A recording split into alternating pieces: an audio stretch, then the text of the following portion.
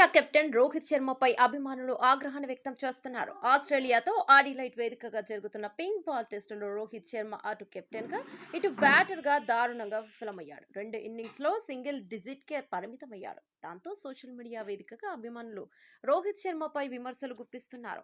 Team India test సారథ్య బాధ్యతల నుంచి రోహిత్ శర్మను తొలగించాలని డిమాండ్ చేస్తున్నారు. పెర్త్ టెస్టులో అద్భుతమైన విజయాన్ని అందించిన జస్ప్రీత్ బుమ్రాకు కెప్టెన్సీ ఇవ్వాలని కోరుతున్నారు. ముఖ్యంగా రోహిత్ శర్మ వైఫల్యం తీవ్ర చర్చనీయాంశమైంది. వ్యక్తిగత కారణాలతో తొలి టెస్టుకు దూరంగా ఉన్న రోహిత్ శర్మ ఈ మ్యాచ్ తో రీ ఎంట్రీ ఇచ్చాడు. తొలి టెస్టులో ఓపెనర్ గా కేఎల్ రాహుల్ సత్తా చాటడంతో రోహిత్ మిడిల్ ఆర్డర్ లో బ్యాటింగ్ చేశాడు. తొలి ఇన్నింగ్స్ లో 3 పరుగులు చేసిన రోహిత్ రెండో ఇన్నింగ్స్ లో 6 పరుగులే చేసి వెనుదిరిగాడు.